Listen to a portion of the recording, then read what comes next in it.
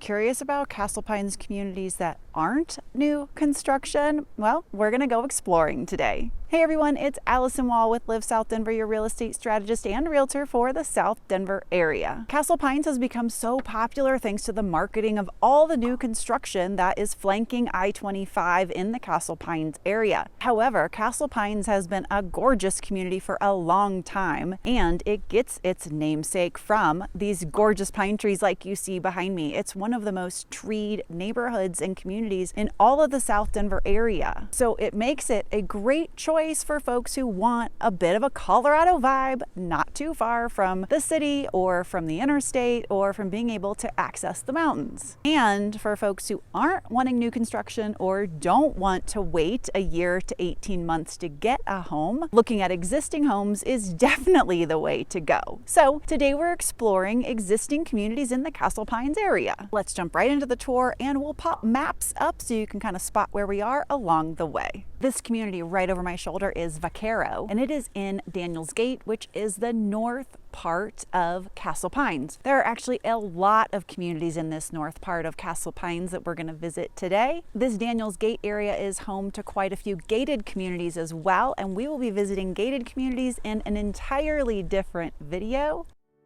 The homes across this Daniels Gate area vary quite a bit actually.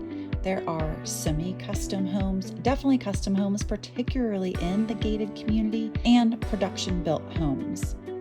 One of the things that makes this North Daniels Gate area really attractive to folks is there's a lot of open space, areas where homes back up to open, wide areas, trails, beautiful vistas. The thing that often comes with that open space area is a view of major power lines, like high tension power lines. So it's a little bit of give and take. You can find open space views without the power lines, but more often than not, you're gonna have some glimpse of them somewhere. So just know that you're looking for space in this north end where you can kind of have both. But it is a great spot. It does put you closer to Highlands Ranch, closer to Lone Tree, and closer to the tech center when you're up here.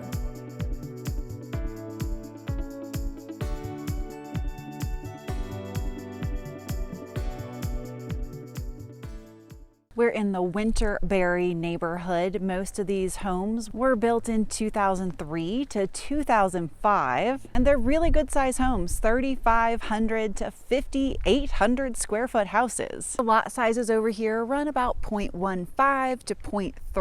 0.3 is a pretty good size when you're looking at lot sizes in the South Denver area, and there are some lots that back to open space in this neighborhood. There are some lots that back to a main road in this neighborhood too. So you do have to watch where the home is situated in this community. Now, right next door is Tapestry Hills. Those homes are a little bit smaller and just a little bit older. Those are 2,500 to 4,000 square foot homes, mostly 3 to 4 bedrooms, built right around 2000. Most of the lots are running right around a quarter acre and a little under in there. The great thing about Tapestry Hills is there are a lot of windy, loopy streets. So you get some lots that are wedge-shaped, angled. You get neighbors that are offset from your backyard, which gives you a little bit more privacy. In the Tapestry Hills community, the homes do tend to feel dated, but when you find one that's been updated, it is a gem. Also, because the homes are pushing that 20+ year mark, you get mature landscaping. So that means tall, big pines, mature aspens, mature maples, and that's great for privacy's sake. We are in Hidden Pointe, and I'm going to take you through a couple different locations that have much larger lots, some good land, generally larger homes. In fact, in the areas that we're going to look at, the homes run from the,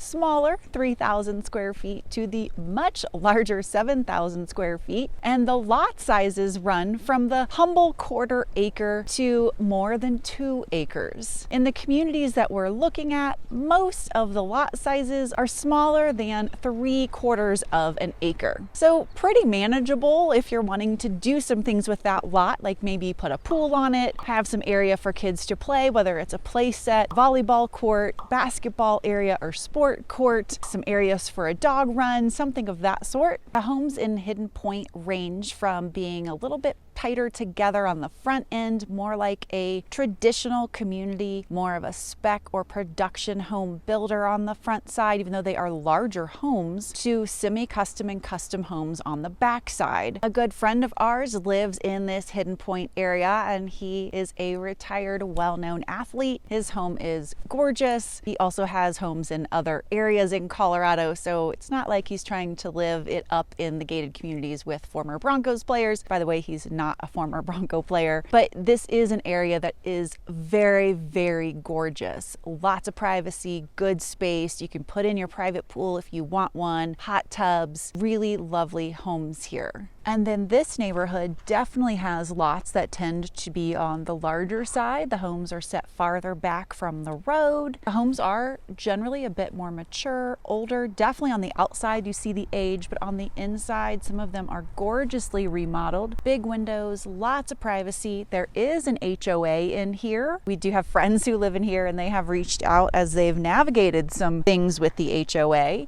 So you do have some rules to follow, things about where you can put satellite dishes, where fence lines are going to be, what your neighbors can and can't see. It really is such a pretty area. Not a lot of tall trees over here, but lots of bramble oak, very open nature. You'll see elk, you'll see deer, you'll see bobcats, mountain lions. Really pretty area, particularly when it's covered in fresh snowfall too. Good color change in the fall. The oaks do tend to change color, so it's just really a lovely area, especially if you want larger acreage and space from your neighbors. This community is Glen Oaks. It is not gated, but has absolutely stunning homes. They tend to go over the $1 million price point right now. If you're watching this in 1-2 years from now, they'll be well over the $1 million price point. This community is on a golf course. There are golf course paths that connect throughout, and it backs to a gated community that we'll be highlighting in a future video. The homes in here in Glen Oaks are semi-custom and custom homes running 4,000 to 6,000 square feet. I find there are a lot more single-story options in here than in some of the other communities. Most of the lots run under a half acre in size, but the spread is roughly 0.3 to 0.75 acres for most of the lots and houses. You can see that most of the houses have a unique look to each of them. These are not cookie cutter. Many of these houses back to the golf course or to open space, have a view, good elbow room between the neighbors. As I'm walking the community, I do hear a little bit of road noise, and that really has to do with the fact of how high up some of these houses sit and how quiet it is from everything else. It's not a lot of road noise, just a little. Really